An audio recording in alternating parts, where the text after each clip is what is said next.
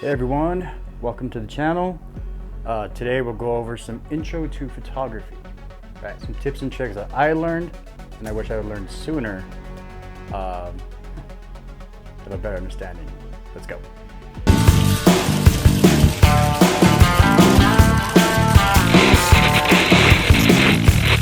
All right, first, do you have a camera?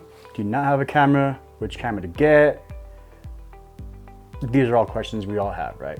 Oh, I don't have the latest camera. I need the latest camera. This person has that camera. They take amazing photos. Whatever the case is, right? Use what you got, right? If you don't have a camera and you want to start with your phone. Now the cameras nowadays in our phones are amazing, right? Will they ever mimic an actual camera? No. Can you get a better understanding of photography with your phone? Yes, definitely. They come with options such as RAW, right? And that's great for editing, and then you can learn how to edit as well. Now, whether you got a phone, camera, whatever, we'll start with some things you need to know. Okay, so first, lighting, right? Lighting is everything, right? There's a light right here, light behind me. Without it, it looks flat, dull, kind of boring, right? So when I first started, I didn't know how to use light, and I never used light. Strobe lights, continuous lights, nothing. So everything came out really flat, boring. I couldn't edit them right, and when I did edit them right, they still didn't look good. Or do you like outside photography, right? Landscapes, right? Then you gotta figure out which type of day, right? Morning, if you go like noon, when the sun's up, everything comes out extremely flat. Now you can use that in a specific way. Or sunset, right? Golden hour, so we call it. We get gorgeous golden lighting, all these things, right? So understand the lighting part of everything, and that'll make your life a million times easier. Trust me. So, second, the exposure triangle. This one I've had issues with for a long time just because I didn't do my research, and so I just picked up a camera and went for it, and yeah, I've blown a couple of photo shoots because of that. So let's go over it, right? First, you have your aperture, right? Aperture is on your camera for your lens is f1.8 all the way to f22, right? So f1.8 is wide open, right? Very, very, very, very small depth of field, right? So focus is, my nose is in focus, my eye is not, right? f16, f22, everything is in focus and sharp. So depending on the creativity part of what you're going for, you'll base it off that. Now, when I do studio portraits, I do an f8. When I'm doing landscape, I'll do like an f16. If I'm doing something creative and whatever else I want to do, then I'll go shallow, more shallow. Depending on what, just depending on whatever it is, whatever the client wants. If I'm shooting for something myself, it just depends what I want. A million things go into it, so just bear in mind, think of the project, which aperture you want to use, how you want it to look, make your decision off that. Next is your shutter speed, right? So the faster your shutter speed is, the more the action stops. You'll freeze it, boom. It'll look really, really sharp, really in focus. The slower it is, you'll get more motion blur, right? More motion blur.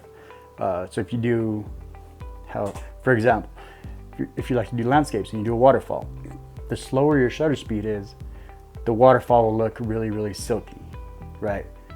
Now, when you do that, I suggest putting it on a tripod, whatever second you can do it at, hit the shutter button, let it go until it's done, right? Everything will stay sharp with the exception of whatever's moving, and then the waterfall will look amazing.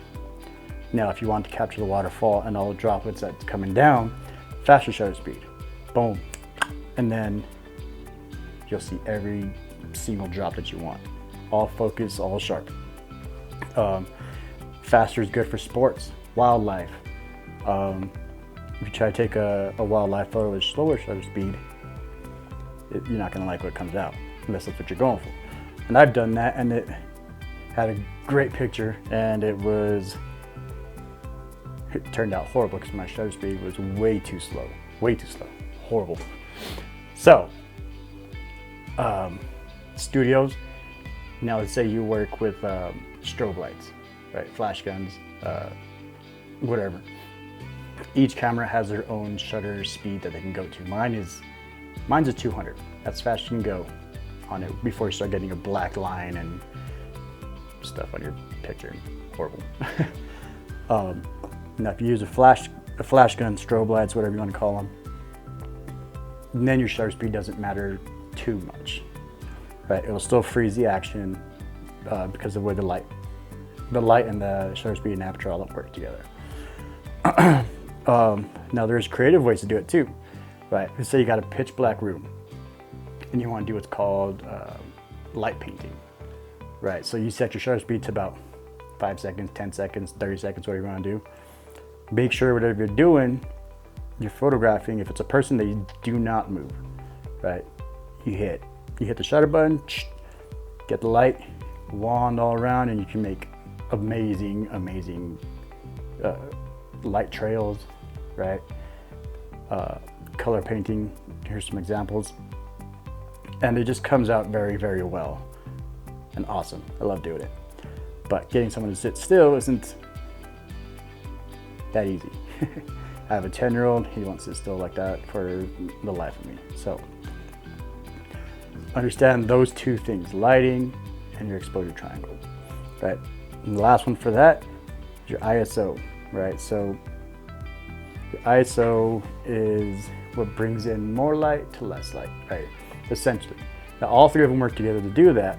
So understanding all three and how they work together, you can master how the triangle works. And then you get the best looking image you possibly can, right? Now the higher ISO you go, the more noise it'll bring, right? Noise, which is that grain, like kind of like old school film look, but not, if that makes any sense. So lower is usually cleaner, right? So if I'm outside, I'm shooting at extremely low with a higher aperture and shutter speed. But low light situations, yeah, you need to bump it up a little bit, right? Bump the ISO up a little bit, your aperture up a little bit, right? But the cameras nowadays that they make, I mean, you can shoot your ISO at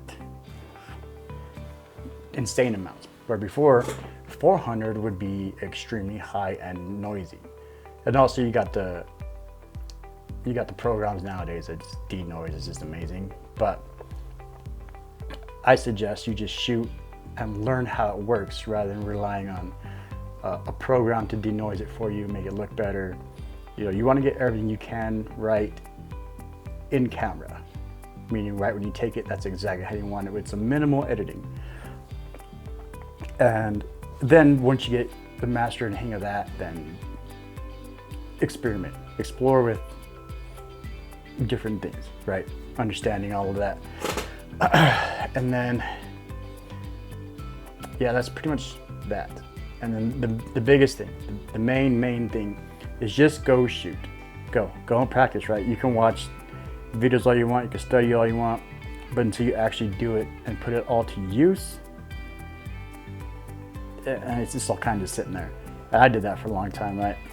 I'd watch and read, and which was great because you got to understand, and whenever you went out and did it, you understood why it worked that way and why it looked the way it looked.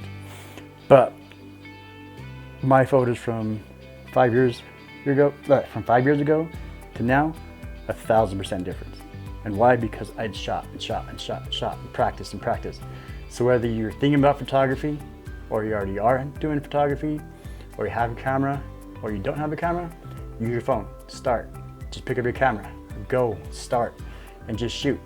shoot whatever you can, right? Me and my buddy, he would shoot his lamp, right? He would shoot a picture of his lamp and try to get different angles of it and understanding how different things work with how you adjust them, right? I have my cats. I photograph them outside, inside. Just take pictures, just do it. Just understand it, look at it, and then just put it away, right?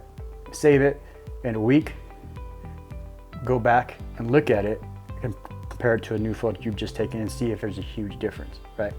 Really look at it, dive in depth on it, go on a new one, take it, and you'll see a huge margin of difference, right?